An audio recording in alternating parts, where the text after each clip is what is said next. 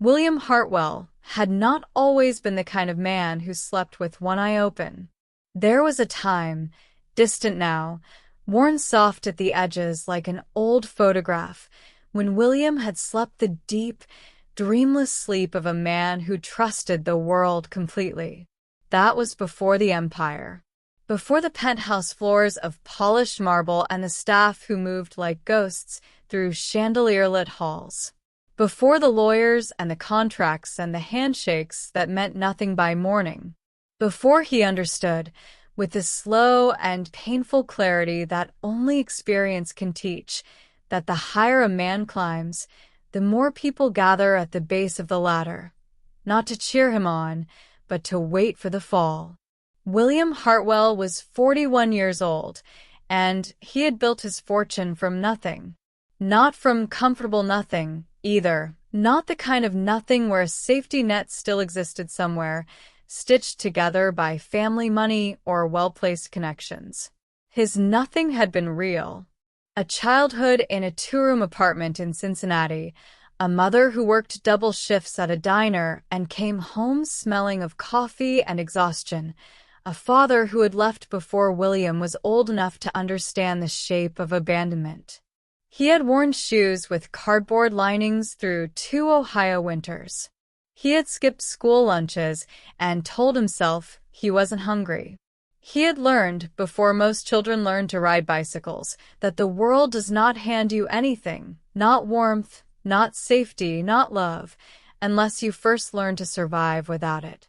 And survive he had. By 23, he had launched a small logistics software company out of a rented garage, working 18-hour days on a second-hand laptop, surviving on black coffee and determination so fierce it bordered on obsession. By 28, that company had grown into something that attracted the attention of venture capitalists who flew in from both coasts to sit across from him in rooms he still felt too young to occupy. By 35, Hartwell Global had become a name that appeared on the financial pages of every major publication in the country. By 40, William was the kind of wealthy that existed in a different dimension from ordinary wealth, the kind where numbers stopped feeling real, where the zeros multiplied until they became abstract, almost meaningless, like a language you could read but no longer truly feel.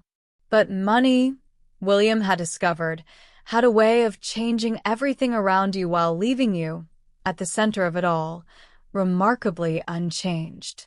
He still woke at 5 in the morning.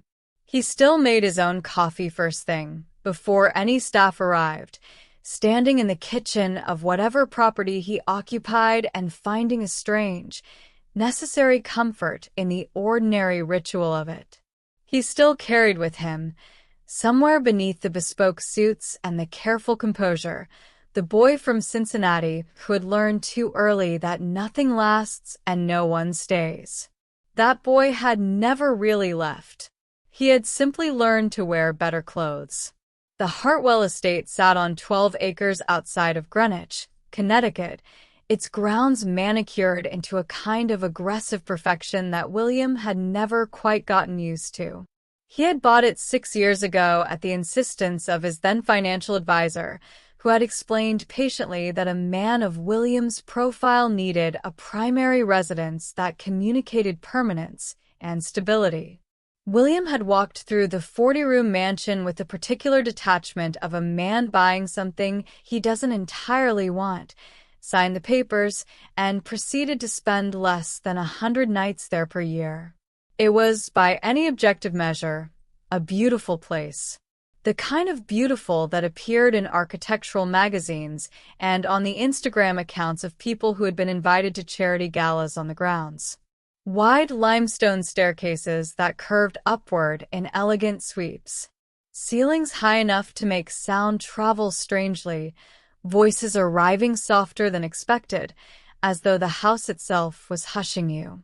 Gardens that bloomed with impossible precision, tended by a groundskeeping team that treated each flower bed with the seriousness of surgical work.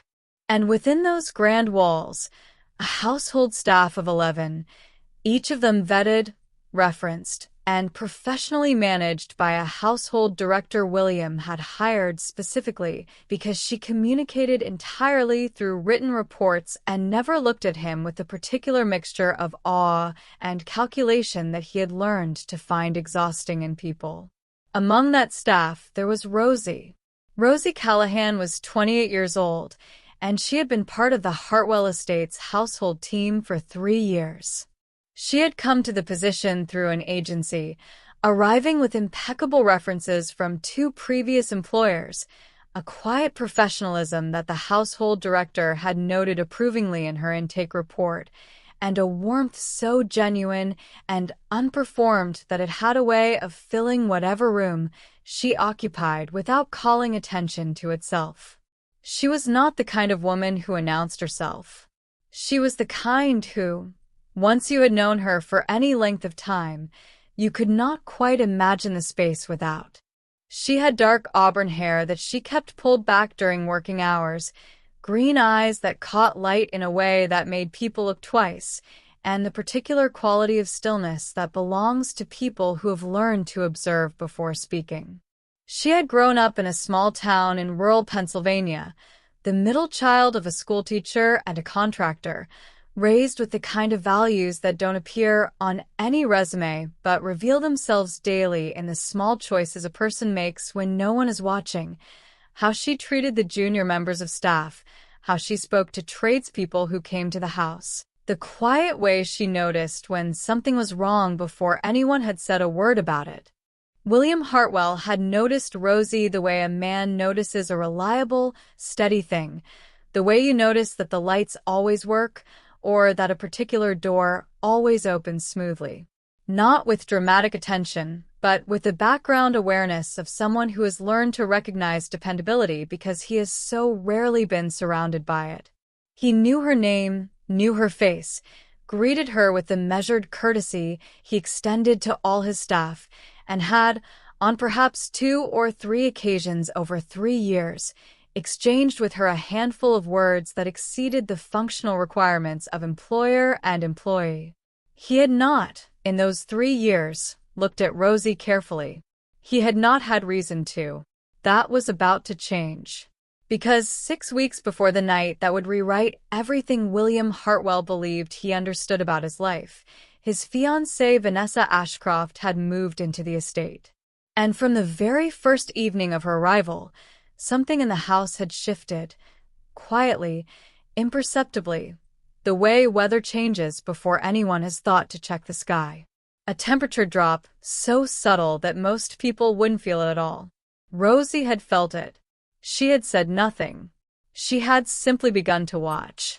Vanessa Ashcroft arrived at the Hartwell estate on a Tuesday evening in early October, stepping from the back of a black car with the particular grace of a woman who had spent her entire life understanding exactly how she looked from the outside. She was 29 years old, and she was, by the cold mathematics of physical appearance, extraordinarily beautiful. The kind of beautiful that stopped conversation, that made strangers in restaurants glance over and then glance again, that photographs translated perfectly and rooms seemed to orient themselves around. She had the angular, sculpted features of old European aristocracy, a strong jaw softened by wide dark eyes, cheekbones that cast shadows in the right light, the kind of mouth that seemed always to be on the edge of a smile that it might or might not deliver. She carried herself with an ease that read, to most observers, as natural confidence, the effortless assurance of a woman entirely at home in her own beauty and the effect it produced. William had met her 14 months ago at a charity benefit in Manhattan, one of those glittering, overcrowded evenings where the cause exists primarily as a backdrop for the social performance of the wealthy. She had been standing near the bar with 2 friends, wearing a deep emerald dress that made her dark eyes look almost black, and she had looked at William across the room with an expression of calm, unhurried interest that he had found, after years of being approached by people whose interest was anything but calm, genuinely refreshing. She had not rushed toward him. She had waited for him to come to her. He had. They had talked for nearly 2 hours that first evening, standing slightly apart from the noise of the party, and William had found her, to his considerable surprise, genuinely engaging. She was sharp and witty, quoting economic theory alongside film criticism with an ease that suggested a real, rather than performed, intellectual life. She had asked him questions, real questions, the kind that required actual answers rather than the polished anecdotes he kept ready for social functions. She had laughed at things that were actually funny and not laughed at things that weren't, which was, in William's experience, rarer than it should have been. He had called her the following day. They had begun seeing each other with increasing frequency. And William, who had spent a decade and a half building walls with the focused dedication of a man who understands exactly what he is protecting himself from, had found, with a disorientation that felt almost physical, those walls beginning to develop cracks. He had proposed 8 weeks ago. A quiet dinner, a ring that had taken 3 visits to a private jeweler to select correctly, a speech that he had not prepared because he had never in his adult life given a speech he hadn't prepared and had wanted, for once, to say something true without rehearsal. Vanessa had cried, beautiful, composed tears that had tracked perfectly down her cheekbones, and said yes, and William had felt, in that moment, something he had not felt since before he understood how the world worked. He had felt safe. He would spend a long time, later, turning that feeling over in his hands like broken glass, examining its edges, understanding how it had cut him. The staff at the estate received the news of the engagement with the professional warmth that such announcements required. Congratulations were offered. Champagne was served at the small gathering William organized in the main drawing room to introduce Vanessa formally to the household. Faces smiled. Words were said. William stood beside Vanessa and felt the particular warmth of a man who believes, for the first time in longer than he can remember, that he has made the right choice. Rosie had stood near the back of the room during that gathering, her expression pleasant and appropriate, her hands folded in front of her, and she had watched Vanessa move through the space. She had watched how Vanessa touched William's arm, the precise, photogenic placement of a hand that seemed casual but was not. She had watched how Vanessa's smile changed when she turned away from William, going from warm to neutral in the space between one glance and the next, the way a light switches off. She had watched how Vanessa looked at the staff, not with warmth, not even with the distant but decent courtesy that William himself maintained, but with the particular quality of a person who sees furniture when they look at other human beings. Rosie had noted these things with the careful attention of someone who has learned, through her own experiences, to trust what she observes rather than what she is told to see. She had filed them away, and in the weeks that followed Vanessa's arrival at the estate, Rosie had added to that file, quietly and without drama, detail by careful detail. There was the morning she had overheard Vanessa, speaking quietly on the phone in the small sitting room adjacent to the east corridor, her voice stripped of its public warmth, something harder and calculating underneath, a conversation that ended abruptly when Rosie appeared in the doorway with fresh towels, Vanessa's expression resetting so quickly and completely that anyone less observant might have believed they'd imagined the change. There was the afternoon Rosie had found. Vanessa in William's private study, standing at his desk, not reading but photographing, quickly, methodically, her phone moving across the documents spread there before she heard Rosie's step and straightened, her recovery smooth and convincing, her explanation light and laughing. Just looking for a pen, love. There were the small cruelties, invisible to William, that Rosie absorbed without reaction, the tone that dropped 15 degrees when William left a room, the orders delivered with the particular edge of a woman reminding others of their position, the eyes that moved over Rosie with a specific assessment of someone calculating threats. By the time October deepened into the colder end of the month, Rosie knew, with the quiet certainty of a woman who trusts her own perception, that something was wrong. She did not know yet how wrong. She did not know that the danger gathering in the warm, beautiful rooms of the Hartwell estate was not abstract. That it was not about money alone, though it was certainly about money. She did not know about the man Vanessa spoke to on the phone, or the conversations that happened in places and on devices that left no record in the estate systems. She did not know the full shape of what was being planned. But she knew the feeling of a house holding its breath. And she had begun, very quietly, to hold her own breath too, watching, waiting, and carrying with her every evening to her small cottage on the ground's edge a weight she could not yet name and could not yet set down. It was the 14th of November when William Hartwell made the decision that he would not, for the rest of his life, be entirely sure whether to call a coincidence or a miracle. It had begun 3 days earlier, with a conversation he had not been meant to overhear. He had come home unexpectedly from the city, a meeting cancelled, a rare afternoon returned to him, and had entered the estate through the east garden entrance rather than the main door, a habit from his early days at the property when he had still been learning its geography. The house had been quiet in the particular afternoon way of large homes, sound behaving differently in empty space. He had walked through the corridor toward the main staircase, loosening his tie, already thinking about nothing more complicated than a cup of coffee and an hour of silence. He had heard Vanessa's voice from the library. He had stopped, not because of anything specific in her tone, at least not at first. He had stopped because something in the quality of the sound was wrong in a way that arrived in the body before the mind could explain it. A frequency off by just enough to register. He had stood outside the closed library door for 43 seconds. He would count them later, reconstructing the moment with the methodical precision of a man who processes shock by organizing it, and listened. He had not heard everything. Voices behind solid doors surrender fragments rather than complete sentences, and William was not certain, afterward, that he had assembled those fragments correctly. But there had been a name he did not recognize, spoken with a familiarity that did not belong in that conversation. There had been the phrase before the wedding, delivered in a tone that had no warmth in it at all.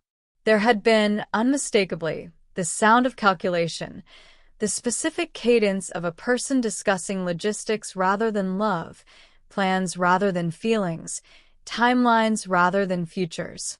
And then a door had opened further down the corridor, and one of the household staff had appeared, and William had moved, operating entirely on instinct, before conscious thought arrived. He had walked quietly to the main stairs and up to the second floor and into the master suite and sat on the edge of the enormous bed in the late afternoon light and stayed very still for a long time. He had not confronted Vanessa. Something had stopped him. Not cowardice. William Hartwell was not a cowardly man. Something more like the cold strategic intelligence that had built an empire from a garage, the part of him that understood that a person who moves too early on incomplete information gives away their position without gaining ground. He needed to understand what he had heard before he responded to it. He needed clarity before he could act. He needed to know if what he had heard was what he thought it was. Over the following 2 days, he had been careful. Careful in the way that only a man who has spent his entire adult life reading rooms, reading people, reading the distance between what is said and what is meant, that kind of careful, the bone-deep attentiveness of someone with a great deal to lose. He had watched Vanessa with new eyes and tried to reconcile what those eyes now saw with the woman he had believed he was going to marry. He had made calls, quiet calls, to a lawyer he trusted absolutely and a security professional he had used twice before in matters requiring discretion, and set in motion a process of information gathering that he hoped would either confirm his worst interpretation or, More than anything, dismantle it entirely. He did not tell anyone what he had heard. Not even Rosie, whose steadiness he had noticed more acutely in recent weeks, in the uncomfortable way you notice light when you're sitting in growing darkness. And then, on the 14th of November, William had received a preliminary report. He had read it in the back seat of his car, the city moving past the windows in evening blur, and he had read it twice through and then sat very still with it open on his lap and understood, with the terrible clarity of a man whose worst instincts have been confirmed, that what was being planned was not merely a financial betrayal. He had a plan of his own now. A single night to gather what he needed, concrete, undeniable evidence that could not be explained away, that no lawyer could soften, that existed beyond the reach of a convincing explanation, or a beautiful face, or tears tracked perfectly down sculpted cheekbones. He would pretend to sleep. He would lie in the bed he shared with the woman he had believed he loved, and he would close his eyes, and he would be still, and he would wait, and whatever happened next would tell him everything he needed to know. He had taken every precaution he could think of. He had discreetly enabled the estate's internal security recording, a system that archived to a remote server he controlled personally. He had ensured that his phone was within reach under the pillow, a small, specific detail that the security professional had suggested, and that William had implemented without entirely understanding what it was meant to capture. He had not anticipated needing to survive the night. He understood that now, lying in the enormous bed in the heavy dark of 2 a.m, his breathing slow and deliberate, his body arranged in the unmoving posture of deep sleep, every nerve in him lit with an alertness that could not have been further from sleep. He heard Vanessa rise from her side of the bed. He heard the small, careful sounds of movement in the room, the almost silent pad of bare feet on the heated floor, the slight shift of air that meant someone was close. He kept his breathing even. His hands were loose at his sides. He was a man asleep. He felt the weight displacement of the mattress as she leaned over him. And then, with a force that shocked him, a force he had not expected, a force that was not tentative or uncertain but decisive, committed, complete, the pillow came down across his face. He had, in the fractured second before it happened, made the assumption that it would be light, that she would test, probe, make herself uncertain at the crucial moment, that human hesitation would give him room. He had been wrong. The pressure was immediate and total, her full weight thrown behind it, and William's body did what all bodies do in that moment, stopped performing and became entirely, purely animal. His hands came up. His chest seized. The darkness behind the pillow was absolute, and the air he had was only what was already in his lungs. And for 4 terrible, clarifying seconds, William Hartwell understood with his entire body rather than just his mind exactly what was happening. He was fighting back, hands around the pillow's edge, beginning to push, when the door opened. Rosie Callahan had not been able to sleep. This was not, in itself, unusual. She was not a poor sleeper by temperament, but there were nights, she had learned to recognize them, when her body simply refused the ordinary mechanics of rest, when some part of her nervous system remained stubbornly alert without providing any specific reason for the vigilance. She had come to think of these nights, over the years, as her own particular internal weather system, impossible to predict, occasionally exhausting, but not without meaning. Tonight, the wakefulness had an edge to it that she could not dismiss. She had lain in her small, tidy bedroom in the cottage for an hour, staring at the ceiling, trying to identify what was unsettled in her. She had catalogued, with the methodical patience that was simply how her mind worked, everything she had observed over the preceding weeks.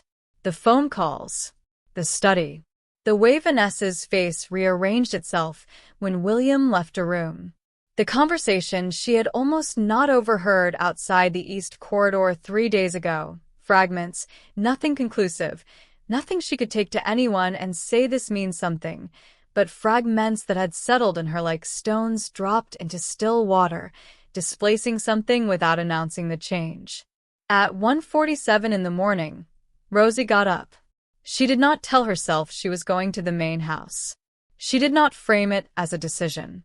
She put on the warm robe, she kept on the back of her door and her slippers, and walked out into the cold November night and across the path to the East Service entrance, moving through the quiet house by the specific muscle memory of 3 years' daily geography, and she did not ask herself what she was doing until she was already on the second floor, already moving down the wide corridor toward the master suite. And by then the question was irrelevant, because her body had arrived at the knowledge her mind was still formulating.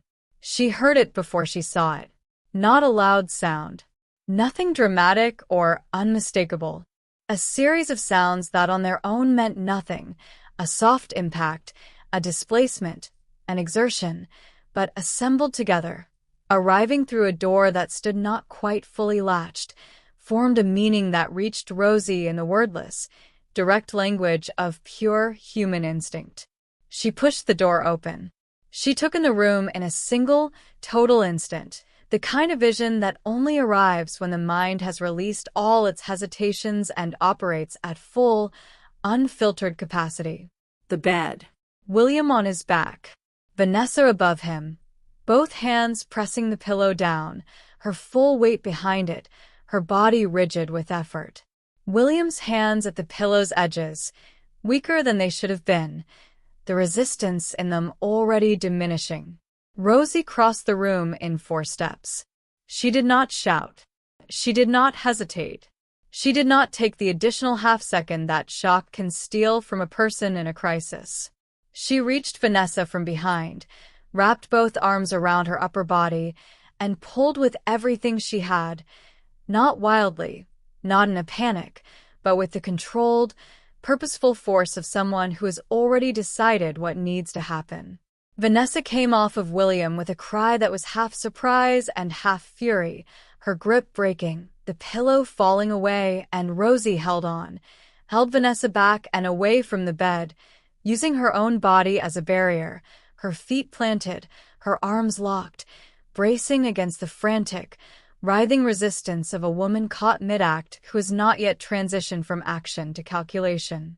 William pulled the pillow from his face and gasped, a single deep, ragged breath, and then another, his chest heaving, his eyes finding the ceiling first, and then, turning, finding the scene beside him. Rosie, restraining Vanessa, both women locked in a struggle that was already becoming less physical as Vanessa understood that something fundamental had shifted, that the controlled darkness of the plan had been broken open by an ordinary woman in a housecoat who had walked through a door. "Let me go." Vanessa's voice had changed. The warmth had not just switched off now, it was gone entirely, replaced by something cold and precise. "Let me go right now." "No," Rosie said. "Just that." "No."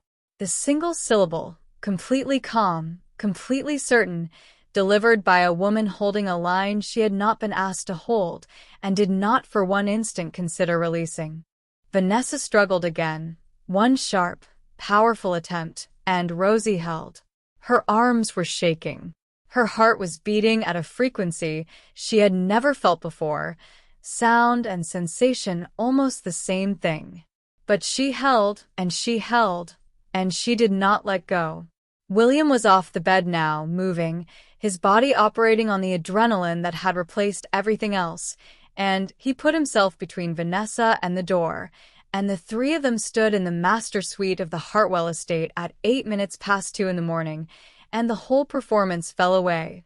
The emerald dresses and the perfect tears and the arranged casualness of a hand on an arm fell away completely, leaving only the cold, undecorated truth of what had happened in that room.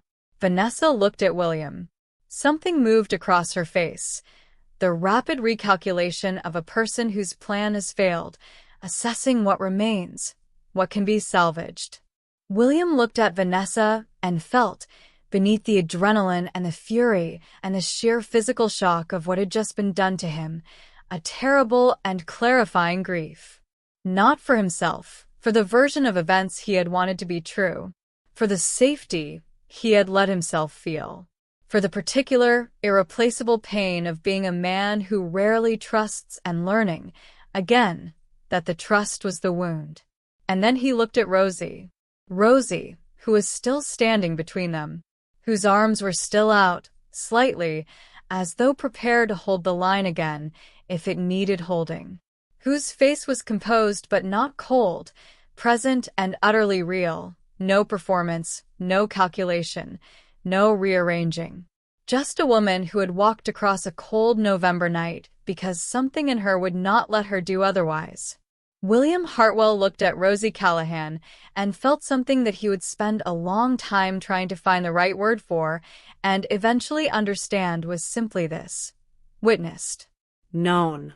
Seen not by someone who wanted something from him, but by someone who had simply, at the moment it mattered most, shown up. He called his head of security.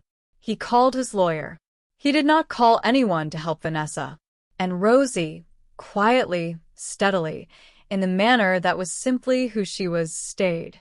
Dawn arrived at the Hartwell estate as it always did at this time of year, slowly, reluctantly, gray light easing into the darkness by degrees rather than arriving with any decisive intent, as though November mornings understood that the world needed a little extra time before it was ready to see clearly.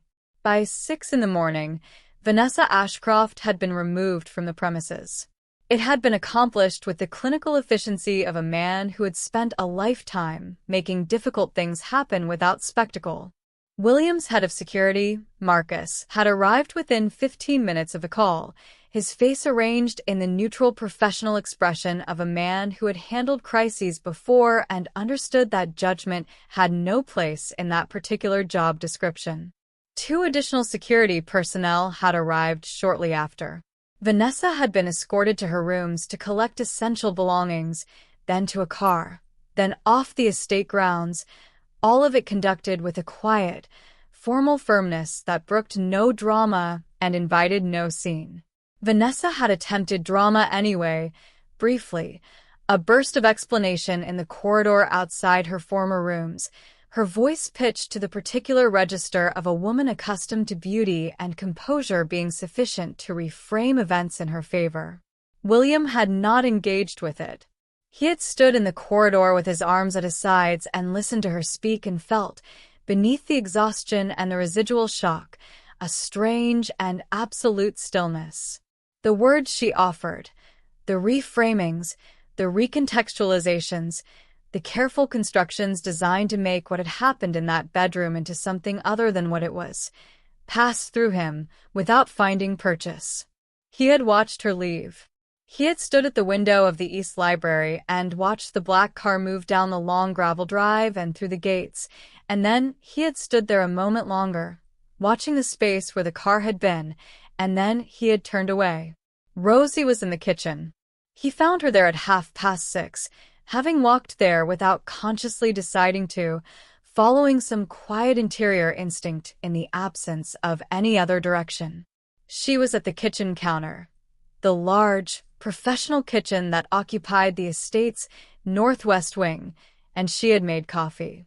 Not in the elaborate, staffed way of estate mornings, but in the simple way of a person in the early hours of a difficult night, the ordinary domestic ritual of one human being doing a small, necessary thing. There was a pot and 2 mugs, and the particular silence of a room that has not yet been asked to be anything other than itself. She looked up when he came in. She did not arrange her expression. She did not deploy the careful, practiced warmth of a staff member greeting an employer. She simply looked at him, saw him, as he was, at 6:30 a.m. after a night that had stripped every layer of performance from both of them, and said nothing, because nothing yet needed to be said. He sat down at the kitchen table. She brought coffee, sat across from him, because that too seemed like what the moment required, rather than the careful maintenance of professional distance that ordinarily governed the geography between them. They were quiet for a while. The kitchen held them in its warmth, pale morning light arriving through the high windows, the house beginning its slow transition from darkness to day around them. William wrapped both hands around the mug and felt the heat of it against his palms and thought about how extraordinarily ordinary it was. This warmth, this room, this woman sitting across from him, and how much more real it felt than anything he had sat across from for a very long time. "How did you know?" he said finally. His voice was rougher than usual, not entirely from the night. Rosie considered this for a moment, in the way she considered things, fully, without rushing to fill the silence. "I didn't," she said honestly. "Not know. I just couldn't sleep. And I've been watching for a few weeks. Not looking for anything specific. Just watching." "What did you see?" She looked at her coffee for a moment, then back at him. "The way she looked at you when you weren't looking at her. The way she looked at everyone when she thought no one was watching her." A pause. "I've known people who see other people as tools. It has a particular quality. A specific kind of looking." Another pause, this one softer. "I should have said something sooner. I didn't know what to say. It was all impressions. Nothing I could point to." "You said it," William said quietly. "Last night. You said it with your whole body. That was enough." Something moved across Rosie's face. Not pride. Nothing so simple as that. Something closer to relief. As though she had been carrying the weight of unsaid things for weeks and had been permitted, finally, to set them down. They talked as the morning light grew. Not about the events of the night. Not yet, not with the specific forensic detail that lawyers and reports and formal processes would eventually require. They talked around it and through it, finding the shape of the conversation from the inside out. William talked, more than he was accustomed to talking, more than he had talked in one sitting for longer than he could easily recall, about what he had heard in the library 3 days ago, about the phone call to his lawyer, about the report that had arrived in the back seat of the car and sat there open in his lap while the city moved past the windows. He told her about the boy in Cincinnati and the cardboard in the shoes, not because it was relevant but because something in him needed to say it to a person who was actually listening. Rosie listened. Not performatively, not in the trained way of someone managing a difficult conversation, but with the still, complete attention of a person who understands that being heard is one of the rarest things a human being can offer another. She told him, in turn, some things about herself. About growing up in Pennsylvania, about her mother's phrase that had stayed with her, "What you notice is what you're meant to notice." About the 2 previous employers whose references she carried in her file, and the quiet, unremarkable dignity of work done well and completely, of showing up every day with full attention, of finding meaning in the unglamorous faithfulness of ordinary care. William listened to her, and as he did, he felt something shift in him. Not dramatically, not with the force of revelation, but with the slow, ground-level movement of something that had been frozen beginning, very carefully, to thaw. "I owe you my life," he said. It was not a figure of speech. They both knew that. Rosie shook her head slightly, not denying it, not being modest about it, but doing something quieter, declining to let it be the only true thing between them, insisting, gently, on the fuller picture. "You knew something was wrong," she said. "That's why you were awake. That's why you were ready. I just came through a door." "The right door," William said. "At the right moment." "Yes," she said simply. "That." 6 months passed. They were months full of the unglamorous aftermath of a crisis that had looked, from the outside, like a story, and from the inside, like a long process of reconstruction undertaken one careful day at a time. There were legal proceedings, conducted by William's legal team with the thoroughness of people who had access to security recordings and financial documentation, and a security professional's comprehensive report. There were disclosures about a man named in Vanessa's phone contacts who turned out to have an extensive relationship with her that predated her introduction to William by several years, about financial motivations that were, in the cold light of documentation, both simpler and more devastating than any elaborate narrative would have made them. There were conversations with a therapist, William's first, conducted in an office in the city, with the particular resistance of a man who has spent 4 decades solving his own problems, and the particular gradual surrender of one who is beginning to understand that some problems require a different kind of help. There was the slow, steady work of rebuilding a sense of safety that had been comprehensively dismantled, not just by what had happened in the bedroom on the 14th of November, but by the understanding of how long and how completely he had been misled by a performance so polished that he had not seen the seams. He was, for a while, not a man who made easy eye contact with hope. And through all of it, steadily, undramatically, with no fanfare and no expectation, Rosie was there.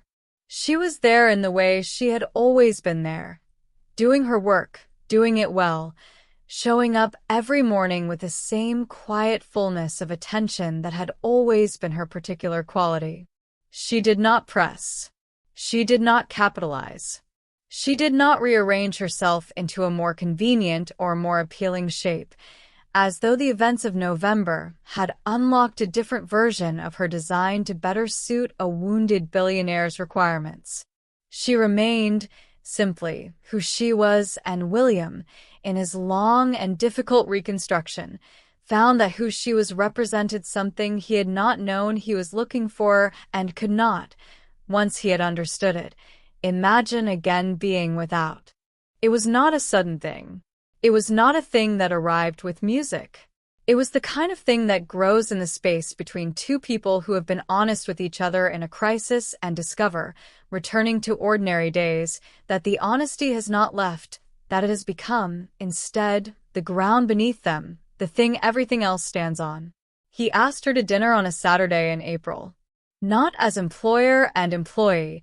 That particular architecture, they both understood, had been quietly set aside somewhere in the February weeks when their morning conversations in the kitchen had become a daily thing, sought rather than circumstantial, the first fixed point of his day. He asked her as himself, William, without the empire, without the 40 rooms or the manicured grounds or the bespoke suit, and she had looked at him for a moment with the still, clear attention she brought to everything, and said yes. The dinner was at a small Italian restaurant in the city that he had chosen specifically because it was the kind of place that asked nothing of you, where the tables were close and the candles were short and the food was the point rather than a backdrop. He wore a plain dark sweater and felt, walking in, more himself than he had felt in almost any formal setting in recent memory. She wore a green dress, a soft, unpretentious green, nothing emerald, nothing architectural, and looked entirely, completely like herself. They talked for 4 hours. About everything. About the things they had already shared in the kitchen mornings and the things that had not yet found their way into conversation. Her years in Pennsylvania, the sister she talked to every Sunday, the book she was reading, the particular quality of November light that she had always found, against all reason, beautiful. He told her about the garage and the laptop and the 18-hour days, but he told it differently than he told it in interviews, without the polish, without the narrative architecture that made it into a story about success. He told it as it had actually been, frightening, frequently hopeless, sustained by a stubbornness that bordered on pathology. She laughed at the parts that were genuinely funny. He laughed too. He walked her back to his car at the end of the evening, And they stood in the street in the April night, and he took her hand, the first time, the deliberate and aware first time, and she let him hold it, and they stood like that for a moment in the middle of the ordinary world. And William Hartwell felt something that the boy from Cincinnati had stopped believing in so long ago that it had become a kind of background ache, the absence of something he could barely remember the shape of. He felt simply all right. Months turned. The seasons completed their rotation and began again. The legal matters concluded. The estate was quiet in a different way now, not holding its breath but breathing, genuinely at rest, whatever had been taught and wrong in it released. William worked, as he had always worked, but differently, with the presence of a man who has understood, at some cost, the difference between building something and hiding inside it. He called his mother more. He spent more time in the kitchen at 5 a.m, making coffee that he now shared rather than drank alone. He and Rosie built something together slowly and without performance, the real kind of building, the kind that happens in the unremarkable days, in the small decisions made repeatedly in the direction of another person, in the patient, unglamorous faithfulness of two people who have decided to be available to each other. They argued, occasionally as real people do, about real things with real voices and found their way back from it with the particular intimacy of two people who have seen each other in crisis and know there is no image to protect.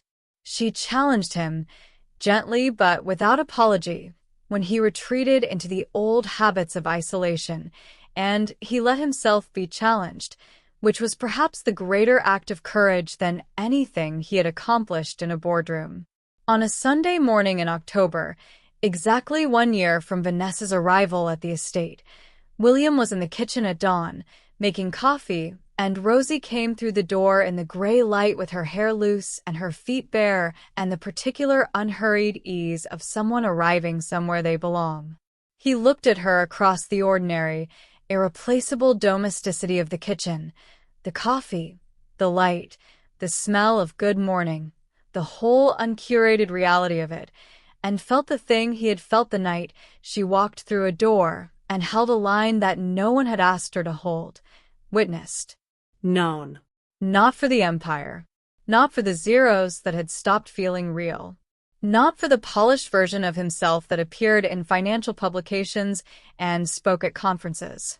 Known as the boy who had worn cardboard in his shoes through an Ohio winter, who had built something enormous out of nothing and had not, until now, understood that the something enormous was not the point, that the point was here, in the light, in the coffee, in the woman walking toward him with no performance and no agenda and nothing but herself. He set down the coffee. She came to him, and he held her, and she held him back, and outside the estate's windows, October moved into the fullness of itself, gold and clear and completely real. There would be a ring, eventually. A question asked not at a charity gala in a room full of people performing for each other, but here, in the kitchen, in the early morning, in the plain and luminous ordinary. There would be a ceremony small enough to hold the people who actually mattered, which turned out to be fewer than either of them might once have expected, and exactly enough. There would be a life, not a curated one, not a performance, not a beautiful and empty room, but the real thing, complicated, warm, imperfect, entirely awake. William Hartwell had built an empire from nothing. He had learned at the cost of almost everything that the nothing you start with is not the most dangerous nothing. The most dangerous nothing is the emptiness that can live inside a life that looks, from the outside, completely full. And he had learned that the thing which filled it, the thing that was real, the thing that held, the thing that walked through a door at 2 a.m. because it simply could not do otherwise, was not grand or spectacular or photogenic. It was a woman named Rosie, who showed up every day as exactly who she was. It was enough. It was, in fact, everything. The end.